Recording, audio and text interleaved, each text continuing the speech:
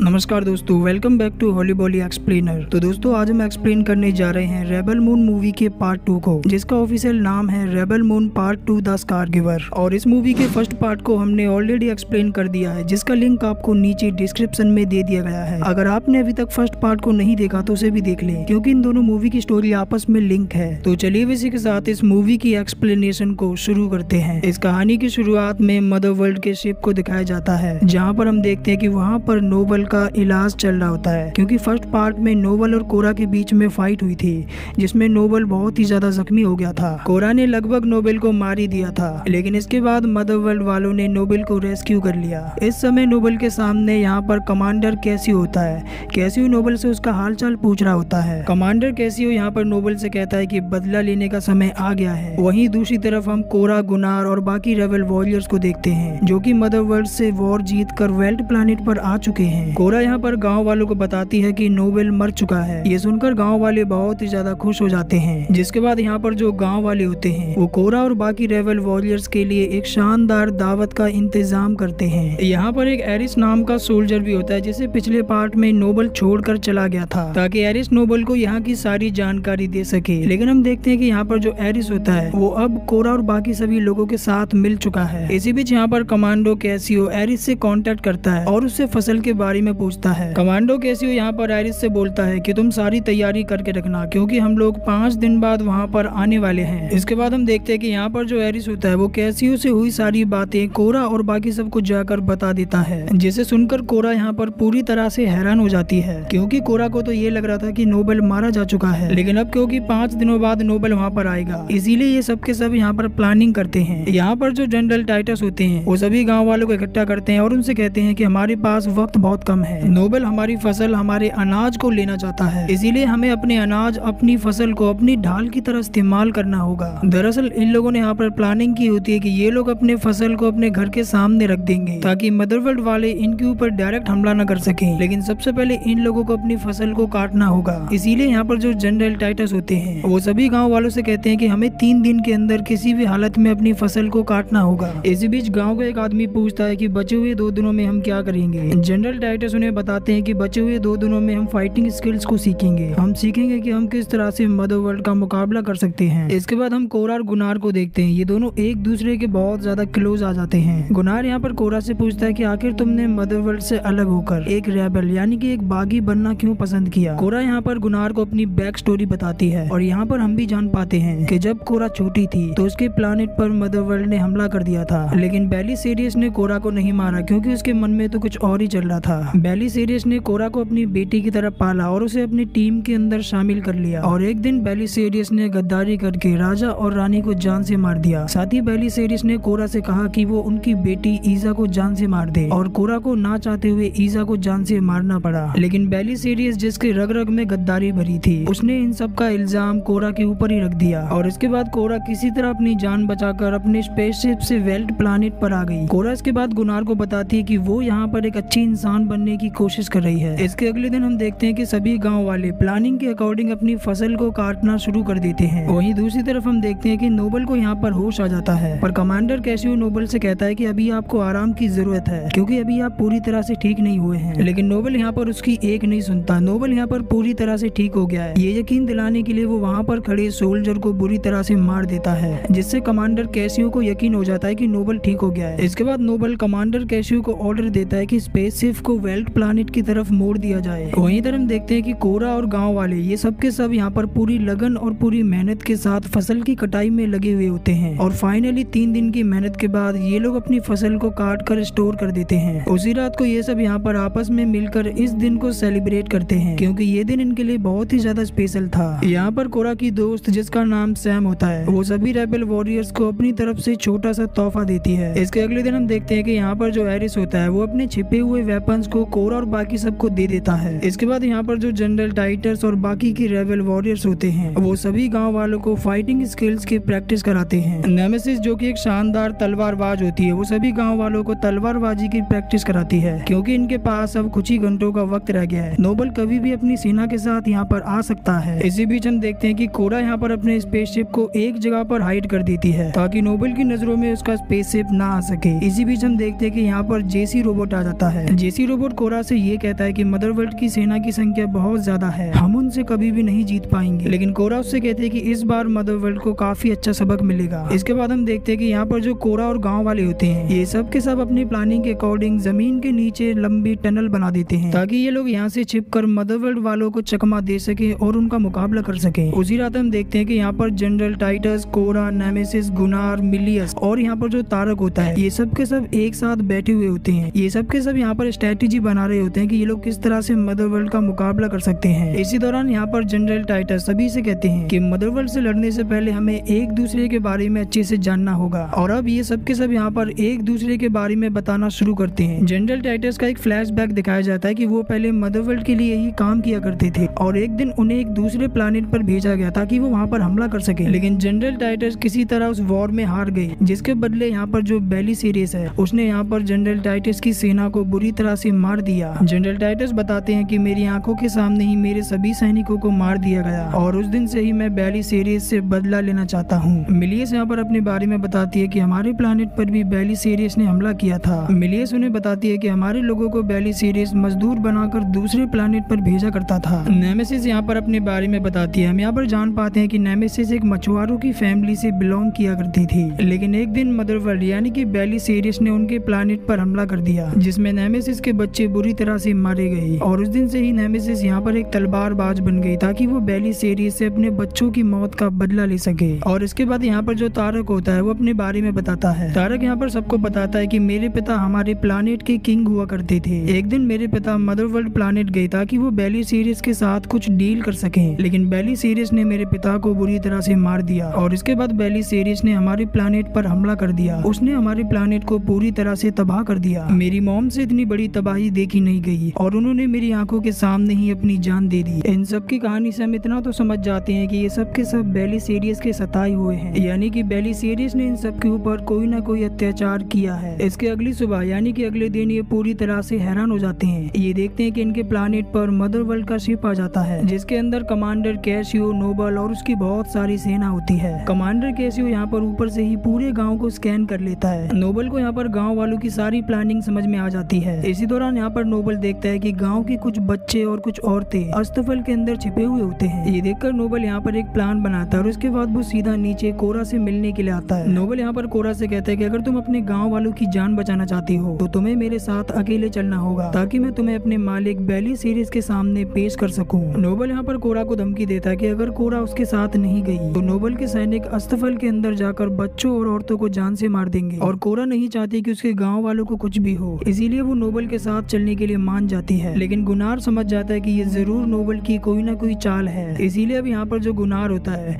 वो पूरी तरह से जंग का ऐलान कर देता है। और तभी यहाँ पर टनल के अंदर छिपे हुए गाँव वाले नोबल की सेना पर बुरी तरह से हमला कर देते हैं, जिससे यहाँ पर एक जोरदार फाइट होना शुरू हो जाती है। इस फाइट के अंदर नोबल का एक स्पेसशिप पूरी तरह से तबाह हो जाता है। इसी दौरान हम देखते हैं कि नोबल के सैनिक अस्तफल के अंदर चले जाते हैं ताकि वो बच्चों और औरतों को जान से मार सकें। लेकिन हम देखते हैं कि वहाँ पर नेमेसिस होती है जो कि अपने कटानाज के जरिए नोबल के सैनिकों को मारना शुरू कर देती है। जनरल टाइटस और तारक भी नोबल के सैनिकों का जमकर सफाया कर रहे होते हैं। इसी बीच हम देखते हैं कि नोबल जिसके सर पर खून सवार है वो टनल के अंदर जाकर लोगों को बुरी तरह से मारना शुरू कर देता है। वहीं इधर नेमेसिस जिसके ऊपर कई सारे नोबल के सैनिक हमला कर देते हैं। नेमेसिस यहाँ पर कमजोर पड़ जाती है और नेमेसिस की मदद करने के लिए यहाँ पर एरिस और सैम आ जाते हैं। पर तभी हम देखते हैं कि नोबल का एक सैनिक नेमेसिस को तलवार मार देता है, जिससे यहाँ पर नेमेसिस की मौके पर ही मृत्यु हो जाती है। वहीं हम देखते हैं कि यहाँ पर जो नोबल होता है वो अपने स्पेसशिप के अंदर आ जाता है क्योंकि वो अब पूरे गाँव को उड़ाना चाहता है। लेकिन इसी बीच हम देखते हैं कि यहाँ पर जो कोरा और गुनार होते हैं ये दोनों के दोनों छिप कर चालाकी से नोबल की शिप के अंदर आ जाते हैं। ये दोनों शिप के अंदर कई सारे बॉम्ब्स लगा देते हैं और वहीं हम नीचे देखते हैं कि गाँव वालों के ऊपर नोबल की सेना भारी पड़ रही होती है। नोबल की सेना की संख्या यहाँ पर बहुत ज्यादा होती है। पर तभी इसी बीच यहाँ पर एंट्री होती है जेसी रोबोट की। जेसी रोबोट यहाँ पर अपनी तोप से नोबल की कई सारी सेना को उड़ा देता है। वहीं शिप के अंदर कोरा और गुनार के ऊपर नोबल के कई सारे आदमी हमला कर देते हैं, लेकिन ये दोनों के दोनों उनका मुकाबला करते हैं। लेकिन हम देखते हैं कि गुनार इस फाइट में बहुत ही ज्यादा जख्मी हो जाता है और नोबल को यहाँ पर पता चल जाता है कि कोरा शिप के अंदर है। इसीलिए नोबल यहाँ पर कमांडर कैशियो को ऑर्डर देता है। वो उससे कहता है कि पूरे गाँव को तोप से उड़ा दो। लेकिन इससे पहले कि ऐसा कुछ कर पाते अचानक से वहाँ पर शिप के अंदर बहुत बड़ा ब्लास्ट हो जाता है, जिससे यहाँ पर जो शिप होता है वो पूरी तरह से डिसबैलेंस होना शुरू हो जाता है। और अब यहाँ पर कोरा और नोबल के बीच में एक जोरदार फाइट होना शुरू हो जाती है। नोबल यहाँ पर कोरा को जान से मारने की कोशिश करता है, लेकिन वहीं कोरा अपनी फाइटिंग स्किल्स के जरिए नोबल का मुकाबला कर रही होती है। धीरे धीरे यहाँ पर शिप भी डिसबैलेंस हो रहा होता है। इसी बीच यहाँ पर कोरा की तलवार नीचे गिर जाती है और नोबल यहाँ पर कोरा को पकड़ लेता है। वो उसे मारने वाला होता है, लेकिन इससे पहले कि नोबल कोरा को जान से मार पाता, पीछे से गुनार एक तलवार को नोबल के अंदर घुसा देता है और अब यहाँ पर जो कोरा होती है वो उसी तलवार से नोबल का सर धड़ से अलग कर देती है और इसी के साथ फाइनली नोबल का यहाँ पर अंत हो जाता है। कोरा देखती है कि शिप नीचे गिर रही होती है। इससे पहले कि शिप नीचे गिरती, कोरा उसे किसी तरह से लैंड कराती है और इसके बाद कोरा यहाँ पर गुनार को शिप के अंदर से बाहर निकालती है क्योंकि वो बहुत ही ज्यादा जख्मी हो गया होता है। लेकिन तभी कोरा देखती है कि यहाँ पर जो गुनार होता है वो मर चुका है। कोरा को यहाँ पर गुनार के लिए बहुत ही ज्यादा दुख होता है, लेकिन अपनों को खोकर फाइनली ये लोग वॉर को जीत चुके हैं। इसके बाद हम देखते हैं कि रात के समय ये सब के सब यहाँ पर गुनार, नेमेसिस और जितने भी लोग यहाँ पर शहीद हुए होते हैं उन सबको ये लोग यहाँ पर श्रद्धांजलि देते हैं। कोरा यहाँ पर जनरल टाइटस और बाकी सभी लोगों को बता देती है कि उसी के हाथों से ईजा की मौत हुई थी। लेकिन यहाँ पर जो जनरल टाइटस होती है वो कोरा से कहते हैं कि ईजा नहीं मर सकती क्योंकि उनके पास एक खास तरह की शक्ति थी। ईजा अभी भी कहीं पर जिंदा होंगी और हमें उन्हें किसी भी हालत में ढूंढना होगा। जनरल टाइटस उन्हें ये भी कहते हैं कि बेलिसेरियस अभी जिंदा है और हो सकता है कि जनरल टाइटस अब की बार हमारे पास हमला करने के लिए खुद आए। और इसी सस्पेंस के साथ ही मूवी जिसका नाम है रेबेल मून पार्ट 2, ये मूवी यहाँ पर एंड हो जाती है।